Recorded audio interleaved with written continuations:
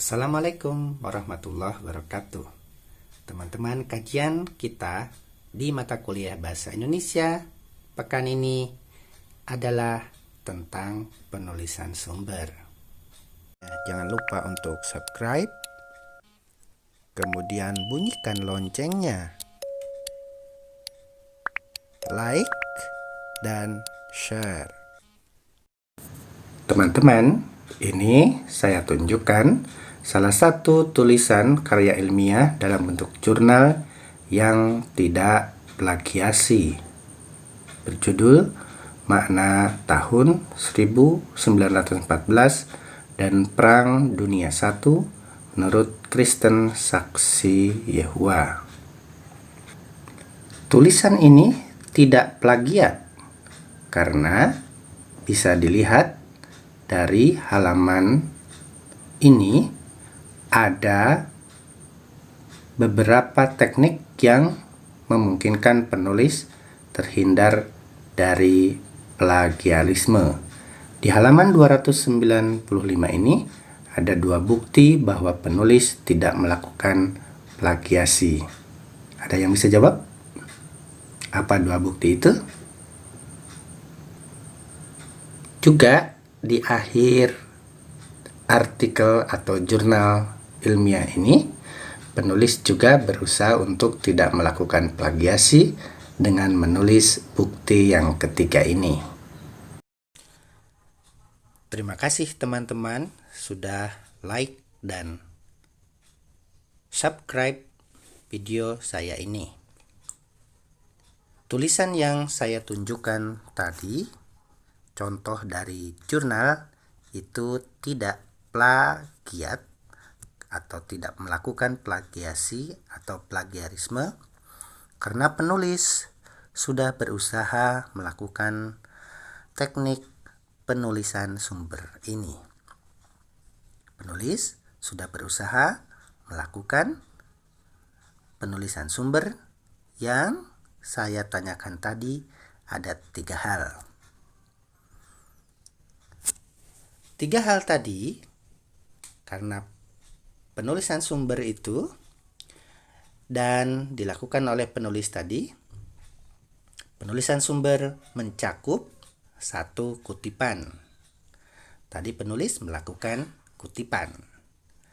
Ada yang bisa dilihat. Yang kedua, penulis juga melakukan penulisan sumber referensi. Ada footnote atau catatan kaki, ada body note, dan ada endnote. Yang ketiga, penulis melakukan atau di akhir tulisan menulis daftar pustaka.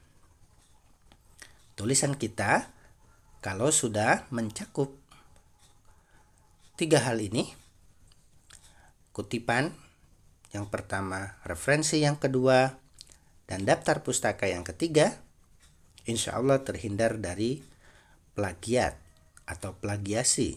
Tentu setelah artikel atau makalah atau skripsi yang kita tulis, semuanya kita lakukan parafrase. Selanjutnya, saya akan menjelaskan tiga cakupan penulisan sumber ini, yaitu kutipan, referensi, dan daftar pustaka.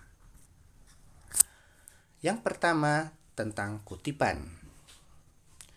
Ini ada contoh kutipan di bawah gambar ini. Mencurahkan isi hati lewat situs ini memang sedang tren. Akan tetapi harus pula disadari bahwa apapun yang dimuat bisa disaksikan oleh pengguna situs di seluruh dunia. Ini adalah kutipan. Tetapi pertanyaannya, apakah kutipan ini kutipan langsung atau kutipan tidak langsung? Karena ada dua jenis kutipan, yaitu kutipan langsung dan kutipan tidak langsung. Mari kita simak. Ini adalah contoh kutipan langsung. Kutipan langsung adalah jenis kutipan yang sama dengan aslinya, tentang susunan kata, ejaannya, maupun tanda bacaannya. Jadi kutipan langsung ini persis diambil dari buku itu. Nah, bagaimana teknik menulis kutipan langsung? Kutipan langsung seperti di contoh ini ditulis tersendiri di luar atau terpisah dari paragraf inti dan ditulis menjorok, juga biasanya miring. Contoh kutipan langsung ini yang lebih jelas. Hukum Islam sebagian bersifat ilahi, namun sebagian besar merupakan hasil pemahaman ahli fikih. Ma fi zihn al-faqih. Menurut Al-Baidawi, seperti dikutip oleh Yasser Auda, precisely fikih is probably perception zone rather than confirmed knowledge or ilm, which is at different level because the belief can a certain ruling is so, and so according to God is claim that is impossible to verify. Tulisan atau kutipan precisely sampai to verify ini adalah kutipan langsung persis seperti yang ditulis oleh Yasser Auda di bukunya. Karena kutipan langsung, dia ditulis terpisah dari paragraf inti. Dia tersendiri biasanya menjorok seperti ini. Baru setelah to verify di akhir kutipan dicantumkan urutan footnote atau catatan kaki. Kutipan tidak langsung yaitu kutipan yang mengambil intisari atau ide pokoknya saja di paraphrase, kemudian penulis menggunakannya atau menuliskannya dengan bahasa sendiri, namun tetap penulis harus mencantumkan sumber rujukan atau catatan kaki atau footnote di fakultas kita. Contoh kutipan tidak langsung seperti yang sudah kemarin. Dalam mengikat makna, Hernowo menyatakan bahwa seseorang tidak akan mampu menulis secara baik apabila tidak mengenali dan berusaha keras menggali materi-materi yang ada di dalam dirinya. Footnote nomor 1 misalnya. Nah, ini kutipan tidak langsung karena yang diambil adalah pokok pikiran atau ide pokok pikiran Hernowo di bukunya Mengikat Makna. Selanjutnya, setelah melakukan kutipan, tentu baik langsung maupun tidak langsung, tentu seorang penulis, kita sebagai insan akademik yang jujur, harus menulis catatan kaki. Dikutip di bawahnya seperti contoh yang tadi. Di kita, catatan kaki lebih dikenal dengan footnote. Fakultas kita memberlakukan footnote atau catatan kaki. Di fakultas lain, di kampus kita ada yang menggunakan body note dan endnote. Body note adalah catatan perut dan endnote adalah catatan kutipan di akhir. Nanti ada contohnya. Contoh pertama, buku dengan satu orang pengarang. Misalnya, dikutip dari buku Roni Ismail dengan judul buku ini di halaman 21. Maka, kita harus menulisnya Roni Ismail, penulis, koma, psikologi sukses mengoptimalkan potensi intelektual, emosional, dan spiritual, koma, judul buku, kemudian kurung buka, Madiun, titik 2, itu kota terbit, Tinta Merah Indonesia adalah penerbitnya, koma, 2020 adalah tahun terbit buku tersebut, kurung tutup, koma, HLM, halaman 21.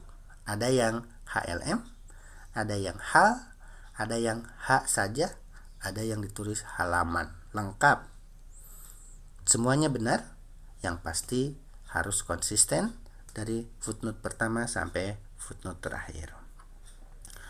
Contoh mengutip atau menulis dari sumber yang ditulis dua orang atau dua penulis. Ini cara ngutipannya di footnote. Misalnya ini contoh footnote nomor 8. Komarudin Hidayat dan M. Wahyuni Nafis, agama masa depan,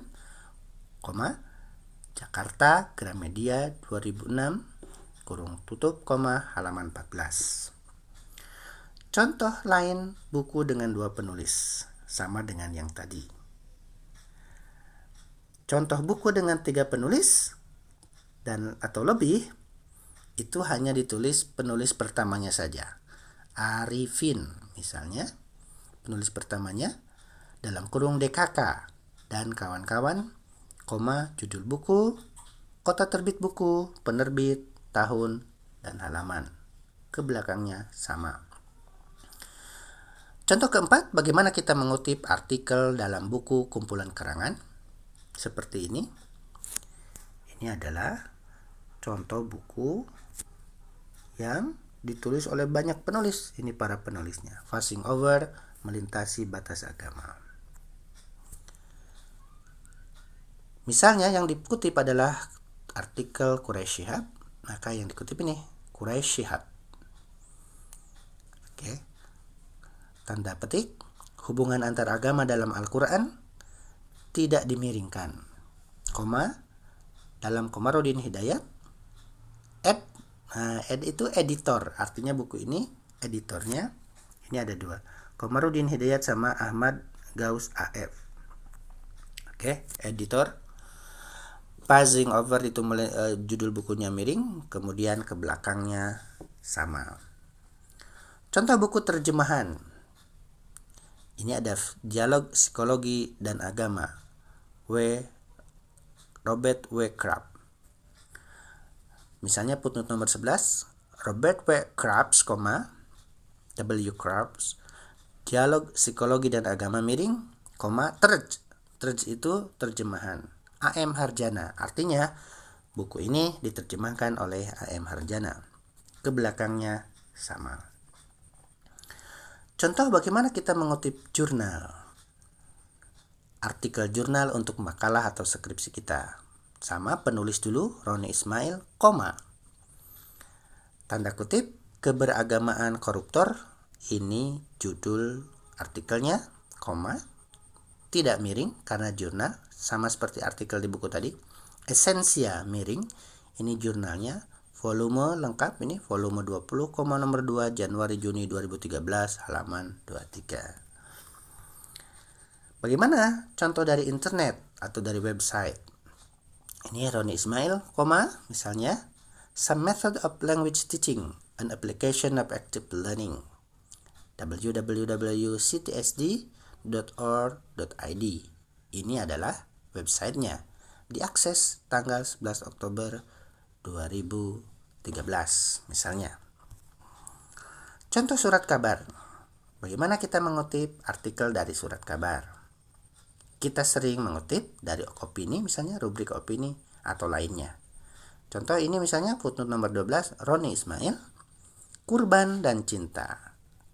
Ada kutip di awal dan di akhir, tidak miring, sama seperti jurnal, dalam Republika miring, 14 Juni 2005, halaman 1. Contoh selanjutnya adalah penulisan sumber dari karya yang tidak diterbitkan, seperti dari skripsi, seperti dari tesis dan disertasi atau hasil penelitian. Contoh ini, Roni Ismail, Ilmu Perbandingan Agama menurut Mukti Ali dan kontribusinya bagi peace building antar agama di Indonesia. Ada kutipnya, tanda kutipnya di awal dan di akhir. Ini adalah tesis, tidak diterbitkan, tesis program studi agama dan filsafat Pasca Sarjana UIN Sunan Kalijaga Yogyakarta 2008. Tesis saya. Halaman 88. Bagaimana kita juga dari ensiklopedi? Atau kawan-kawan mungkin dari Al-Mu'jam, Al-Mufahros, atau dari yang lainnya yang berjilid-jilid, yang NC. Menulisnya begini. C. Baulata, ini adalah penulis Ensley. Kemudian judulnya Buddhisme misalnya. Ada kutip awal, tanda kutip di awal dan di akhir. Dalam The Encyclopedia of Religion, Romawi 8 ini jilid ke-8 halaman 112. Bagaimana dengan contoh data atau informasi yang kita hasil wawancara? Cara menulisnya begini. Pengutipan atau penulisan sumbernya begini. Nomor 14 ini footnote misalnya, wawancara dengan Nurholis Majid, dosen UIN Syahid di Yogyakarta tanggal 13 Desember 2005. Contoh tadi selain footnote ada body note. Body note ini begini. Cara penulisannya. Dalam kurung buka Juroto. Juroto itu nama belakangnya si penulis, koma 2007 adalah tahun terbit buku itu, titik 2, 52 sampai 53 adalah kutipan yang kita ambil dari situ. Langsung di paragraf itu. Ini contoh endnote. Oke, ini contoh endnote ditulis bukan di bagian bawah, bukan di dalam paragraf seperti body note, tapi di akhir tulisan sebelum daftar pustaka. Kebahagiaan yang bersifat spiritual ini selesai tulisannya. Kemudian catatannya ini langsung nomor 1, nomor 2, nomor 3, nomor 4, nomor 5, nomor 6, nomor 7, nomor 8. Bukti yang ketiga, tulisan jurnal yang tadi tidak plagiat adalah menyantumkan daftar pustaka, dan ini yang selalu kita lakukan di makalah ataupun di skripsi nanti. Abdurrahman Muslim, cara penulisannya dibalik, asli namanya Muslim Abdurrahman. Abdurrahman, Muslim titik. Nah, di sini titik. Kalau di catatan kaki kan setelah nama koma, kalau sini titik. Judul buku titik dalam Mulyanto Sumardi, penelitian agama, masalah dan pemikiran titik, Jakarta, Sinar Harapan 192. Bedanya dengan di footnote, kalau di daftar pustaka, kota terbit, penerbit dan tahun terbit tidak di kurung buka kurung tutup dan tidak ada halamannya. Contoh yang kedua ini, tulisan Mukti Ali, A Mukti titik, mendalami beberapa aspek ajaran Islam titik, Bandung titik 2, Mizan, 1991 titik, tidak ada kurung buka kurung tutup dan tidak ada halaman. Ketentuan-ketentuan menulis daftar pustaka disusun secara alfabetis dan tidak perlu diberi nomor urut seperti di footnote. Nama pengarang dibalik atau ditulis nama belakangnya lebih dahulu. Secara urut, penulisannya adalah nama pengarang, judul buku, tempat atau kota terbit, penerbit, dan tahun penerbitan. Ketentuan yang sama berlaku pula untuk jurnal, majalah, ensiklopedi, kamus, dan surat kabar. Halaman yang dikutip tadi tidak perlu dicantumkan. Setiap awal kata benda dan kata kerja dalam judul buku ditulis dengan huruf kapital. Judul buku harus dicetak miring atau italik. Jarak antara sumber satu dengan lainnya 2 spasi. Baris pertama yang dimulai dengan nama akhir pengarang diketik pada garis margin biasa, selanjutnya ditulis 7 huruf menjorok ke dalam. Jika pengarang sama dan judul bukunya berbeda, 2 atau lebih, maka pada buku kedua cukup diberi garis horizontal sepanjang 7 ketukan ketik, tidak usah ditulis nama pengarangnya. Jika ada buku yang 2 atau lebih dari penulis yang sama, misalnya Ismail, Roni, judul pertama, judul kedua tidak perlu lagi Ismail, Roni, tetapi ketukan tadi itu. Khusus daftar informan dicantumkan dalam halaman sendiri. Ini contoh kutipan bukan plagiat, kemarin sudah di bagian di diskusi tentang plagiarisme. Ini juga. Demikian teman-teman, materi terakhir kita di semester ini dalam mata kuliah Bahasa Indonesia, yaitu tentang penulisan sumber.